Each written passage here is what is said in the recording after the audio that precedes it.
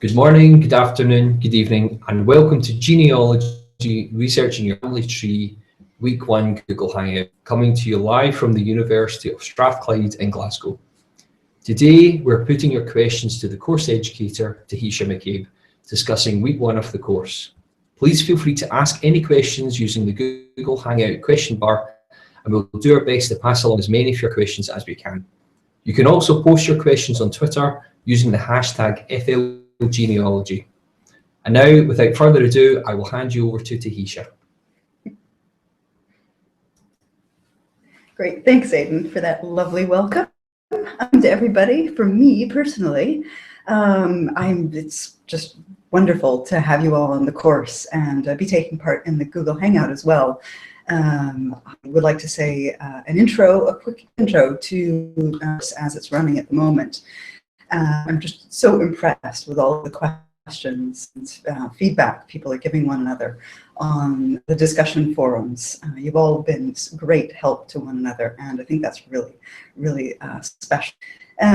Thoughts on the first week and the course in general. What our aim with the course is to give an introduction to genealogical research techniques as an overview. And there was a suggestion from someone, sorry, I've forgotten your name, Graham, asking if it would be possible to see some of the course overview and what's coming up in a few weeks. So I've done that on step 1.1, welcome to the course.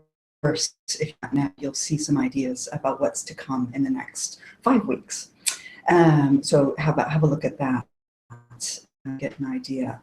So because we wanted to focus on genealogical research techniques and to make the course as broad as possible for people around the world, we're not going to spend a lot of time on going in depth on specific records and I suppose areas of the world and that kind of thing. So I know a lot of questions about, having people on this census, or I'm having trouble with this particular area of the world. What we are going to do is signpost you to some great resources on your own. It's just not possible given the breadth and width of geographic to answer all of those questions, and there are great sources out there on the internet to do that already. So we'll tell you where those are again in the upcoming weeks, particularly in week 3. So I want to talk about Chris's story a bit, and I was so lucky that Chris agreed to come on and share her research journey. She was in the intro class that I taught a year ago, last October, and just put in a phenomenal assessment, really interesting, the story of what she found. And she really was starting from the beginning. She hadn't done genealogical research before. So seeing, and you'll be in the narratives, interesting secrets to expose and good clues and tips to share with you all on how she found things. So so I know you were left with a cliffhanger. Don't worry, next week she'll reveal some great lines, and the story will be updated. So hold on for that. Let's see. So I think you all are doing great as far as sharing questions, and we've got a lot of questions that have come in, both on the discussion forums, also on Twitter. And if you're wanting to ask questions live, please do whilst we're on air. And I'll do my best to get through quite a few of them, but I just can't answer all of them. I'll do my best. So without further ado, I'll go ahead and go on to some of those. A couple of people. So what we did with the discussion groups is we chose those that were liked quite often. Janet has asked about researching back over several hundred years, wondering if some thoughts on sources. The answer is, I suppose, yes and no. Going back to that, we're not focusing on places and time periods periods. I will flag up some good sources for earlier sources, as well as places from different parts of the world. Louise has asked about fuzzy matching and wildcards and sound X. Never fear, that's coming next week. We've got a video talking about how to use online databases that will go into some of those things, as well as an article on wildcards. So hold on to that, and if you still have questions after that, let us know. Graham's also asked about a glossary of key genealogical terms. Went back and added a couple of links. There's some great ones out there on the internet. Again, I don't see any reason to invent the wheel here. Added those on this basics. Those are a couple of them, but I did a Google search on genealogical glossaries and came up with a whole bunch of them. I chose two that I thought were particularly nice. Let's see. Yes, some of you have got some good thorny questions. Some of these I could do like a week's talking about. Yes. Penn asked about searching on a database with a common surname. Yes, I feel your pain. We have some unusual surnames in my family. I think all of us have common surnames somewhere out there. Sometimes it really can mean going through 1,000 records. Your fellow students gave on this, and I would definitely try searching with sibling surnames if you've got unusual names, that kind of thing. Often what I'll do, if the database will allow, is they'll add keywords like occupation, an occupation. Say, you've got the name Clark here. If I knew that they were a Sawyer or a footman, footman, something like that, in the database, what you can search on. Place of birth, that kind of thing. These common surnames are where you need to start actually adding in extra search term to search.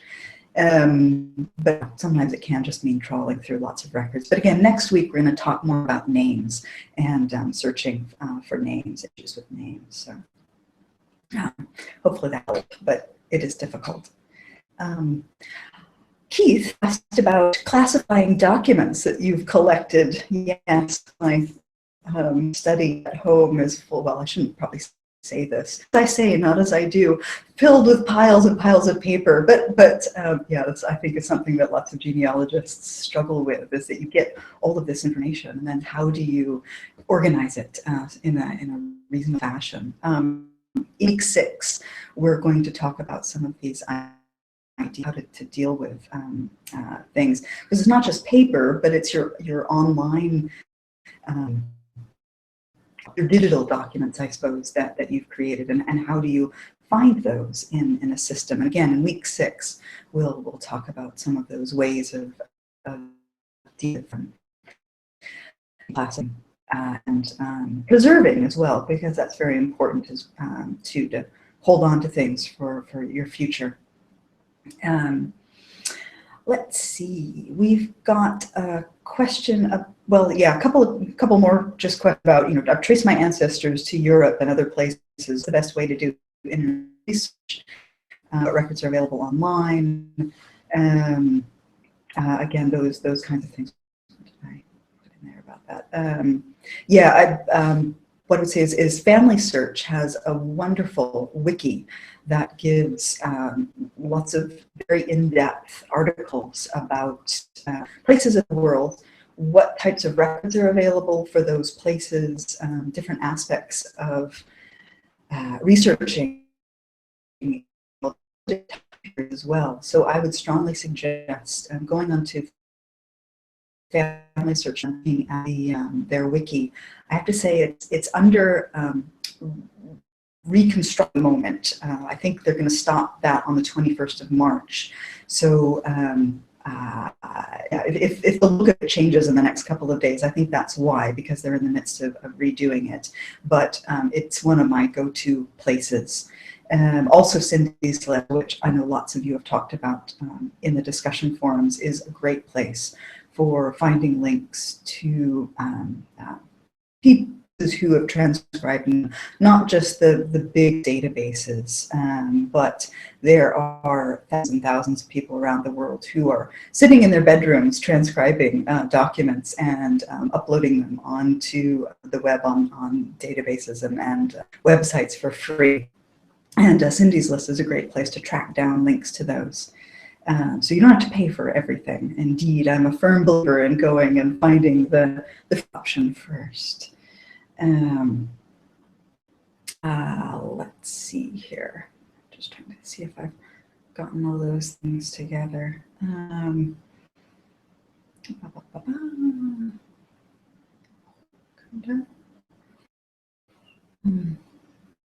Okay. Yeah, someone's asked about no father's name on a marriage certificate from 1840. Is the groom illegitimate? It's possible. It's also possible that he know the name of his father. He might very well have been legitimate. Other possibilities could be he just didn't want to get, maybe they didn't get on. I mean, it is unusual to not have a name on a marriage certificate. I'm 1845. I'm assuming this is United Kingdom, given England, given the period, but it's difficult for me to know. But so it could mean that he's illegitimate. It also could mean that he just didn't know and had been legitimate. The thing about England and Wales is that birth registration came up in those countries in 1837, but even in 1837, it wasn't mandatory. You were supposed to go and tell the registrar, but you didn't have to. Now, that's not the case in Scotland. Civil registration started in 1855 in Scotland, and it was mandatory in Scotland. Ireland, you're looking at 1865 for registration. 65 or 1864, sorry, I can't remember exactly the date there. Marriages in Ireland goes back to 1840. You can see there's a wealth of time periods here. Is it possible to find the death online? Yes, many death certificates will have the cause of death listed, particularly those, well, even birth certificates are very unhelpful usually when you compare them to certificates from the United Kingdom. You often just get things like the person, these are the people involved, and for marriage certificates, perhaps who married the person, in contrast to UK certificates where you get things like the occupation of the father and more information. Scottish records, I have to say, are some of the most full. Again, in I think week 2, I'll go over some of this a bit more. Let's see, the cause of death. So yeah, so look on death certificates. Now, often in older certificates, you'll come across these causes of death that are strange and unusual. What is phthisis? I'm probably saying that totally incorrectly, or this strange cause of death. Different term used than our day. But again, back on those sites, there are some great lists of old death terms, which can help you figure those out. And then, of course, there's always the issue of trying to see the handwriting and make out what the registrar has actually written down. We don't get into the aspects of deciphering old handwriting so much in this course, although it is a major issue. There are courses on for dealing with handwriting and getting your head around those, and we'll look at tweeting some of those sources. So let's see, usage of terms in census returns. Jenny is asking about why are some relatives in law borders? Well, I suppose, well, it's an interesting one. If they were not yeah, because usually relative be down as mother-in-law or cousin kind of thing. If they're down as a lodger or boarder, it may be because their relationship is just, you know, maybe they were a second cousin or something like that. A relative surname, but they aren't actually related. Difficult for me to know a bit about this without seeing the family involved. Depends on the census and the time period in question, the country, as to the exact meaning of the terms used. Census enumerators, i.e. the people who went around and took the information, there were actual, you know, meanings behind the terms used, and there's good background information out there online about you know, what those terms mean. In week 3, I've given a couple of suggestions to find that information. Right, somebody's asked about Scotland's people and subscriptions on Scotland. Well, the company that is taking care of the aspects of Scotland's people, i.e. hosting their database and that kind of thing, they're changing in August to a different company. I can't remember the company that they're moving to, but to be honest, I'm not sure why Scotland doesn't do subscriptions, although I suspect it goes back to the setup of the database and everything in the first place. But I know they've talked about subscriptions, at least for certain aspects of their data, but whether or not that's actually going to happen is a burning question we'd like to have answered as well. So I'm not sure of the answer. Somebody can ask on our behalf. So is it possible to make comments made by course participants into a searchable database? Ooh, that's a good question. I don't know. I'll have to go back to my IT people about that. It's possible we could like a wiki, but yes, I don't know, but we'll try to find that out. That might be also be a question for Future Learn as well, since they're the ones who host the MOOC itself. So yeah, I don't know. Well, don't hold on during this Google Hangout.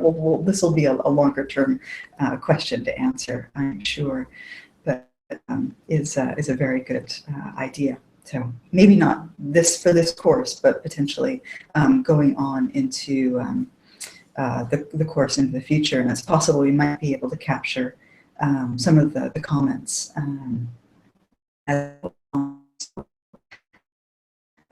Keith has just asked about the availability of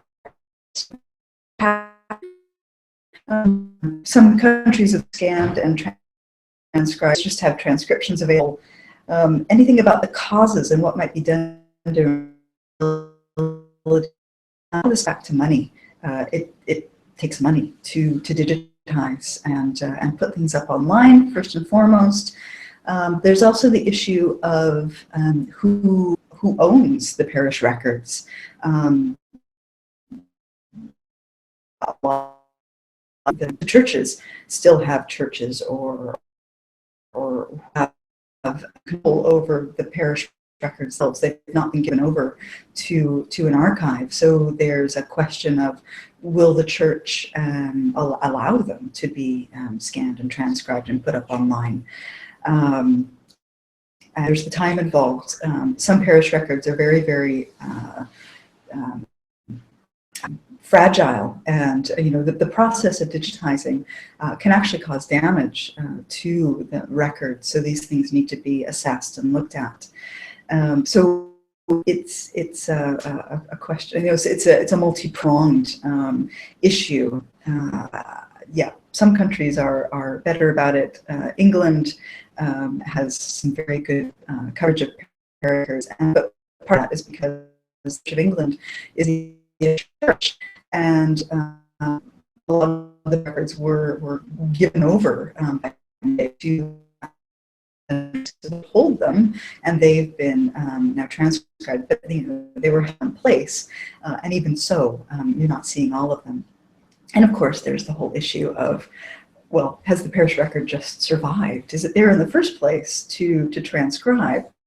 And we certainly deal with Scott, some parishes you have wonderful non-interrupted parish records from the time of Reformation, and parishes are still keeping records, even though the handover period is about 50 years previous. That tends to be churches and parishes tend to hand things over in Scotland, although not always. I've had ministers in my intro classes who've said, well, actually, I know somebody, down the parish down the road who still has all of his parish records up in the attic. But then you start getting into things like, mice eating the documents, and fire, and spring cleaning, and armies coming through and gathering them up and taking them away. So that's another issue about patchy parish records. Some countries are more blessed in that they've not had great wars happening across their landscape, and thus things are more just physically. So anyway, it's a long, rambling answer to that question, but there's lots of different reasons for it. I would say for unlimited ones, that see many more parish records and many more records in just-in-general up online. Get out there and lobby your politicians, and you can think about some volunteer transcribing yourself. So check out some of those links that we talked about this last week about doing that. So let's see. Another question. Hitting things straight here. Oh yes. Somebody's trying to make the link between European, European ancestors coming to America in this case, and this person can track people in the States, but then that lead back to Europe in this case has been quite difficult. And I would say that's a very common thing, particularly for a lot of us Americans. Our linkage is and the records in the country that you're looking at, say Germany or in this question, may just not survive for those time periods. So that's definitely the case here in Scotland. Once you to pin down somebody in the hundreds or even the earliest, it can be difficult to know who's the right person. Okay, you know that your ancestor's name was Thomas McKellar, and he's from Scotland. But the issue with that is that there are lots of Thomases in Scotland in 1790. So knowing the correct one, unless you have some more background, i.e. they were from Fife, something that you can pin down, it just becomes really quite difficult. And that's when we start getting up into a brick wall, looking at things like perhaps the neighborhood that he's living in, or the community, and has that person might do a community where there are lots of people from the same place originally, because lots of people tended to travel bunches and make that migratory journey.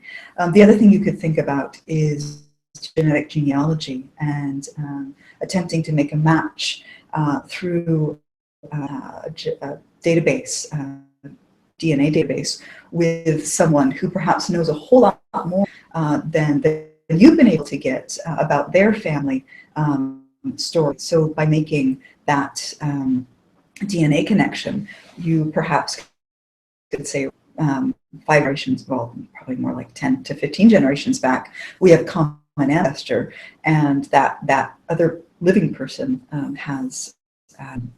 knows more about the ancestry 15 generations and further back than I do.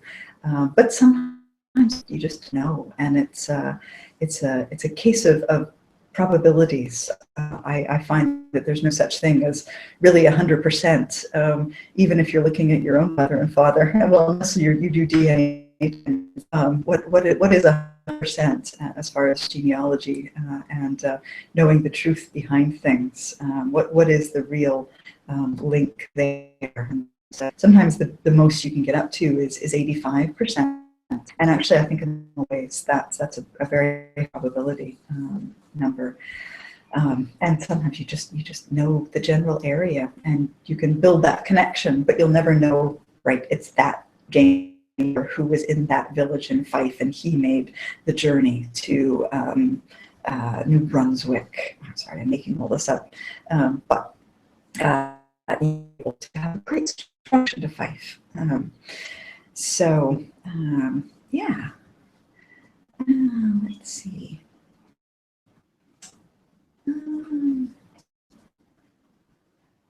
Yeah, somebody's asking about going directly to the record holders. Where's the list of old death terms? Okay, so on, I think it was link 1.7. I'm trying to remember the name of the glossary. It's one of the glossary links that I've given has within it to old death terms. So if you can't find that,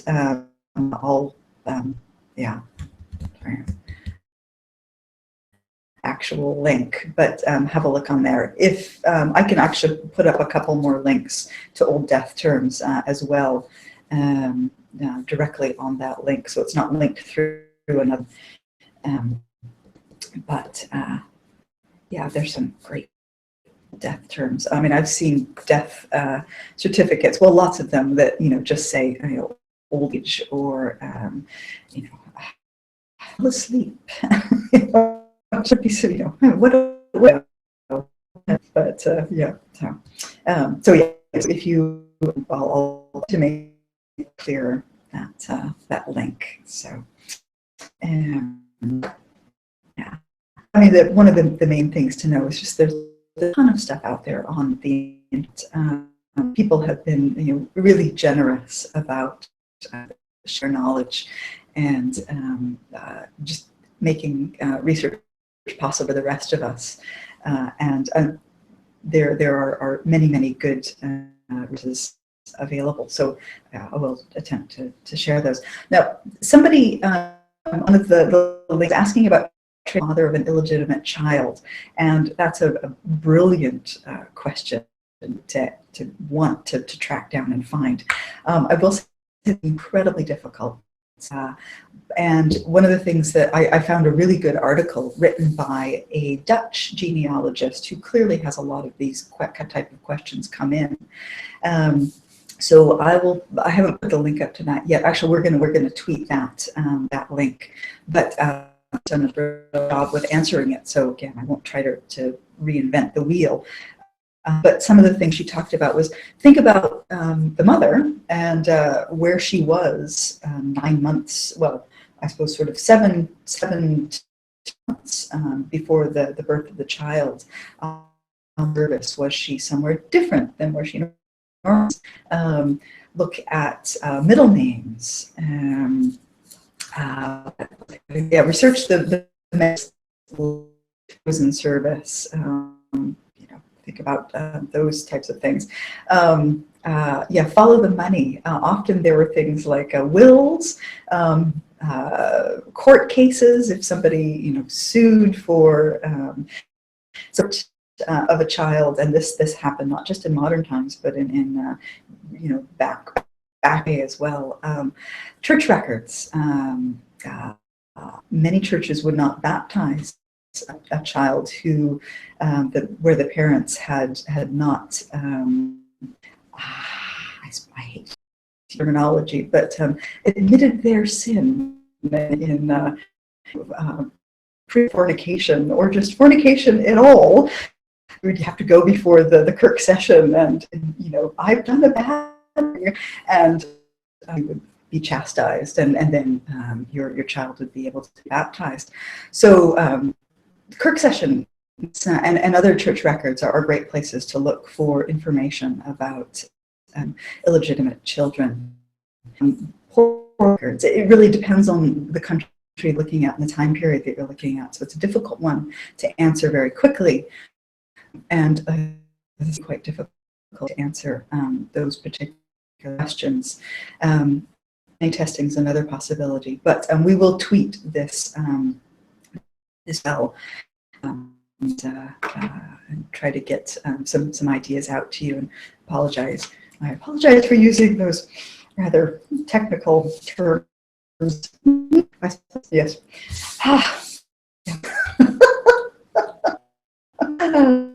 So we're toward here. I would do all just keep asking questions, and on the course itself, and we've got 2 hangouts to come. I'll guest along with me on those. So I've enjoyed this one. Come back and join us for that one.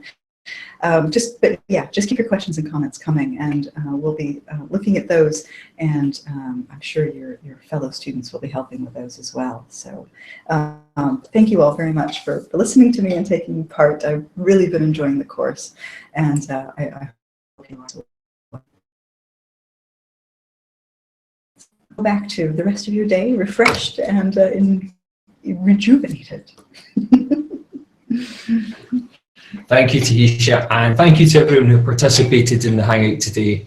We hope you're enjoying the course, and we welcome your feedback. You can use the Twitter hashtag #FLGenealogy or leave any comments on the steps or the end of week reflections. We hope you will enjoy week 2 of the course. As Tahisha said, further Google Hangouts will take place in weeks 3 and week 6 of the course. From everyone here in Glasgow, thank you and goodbye.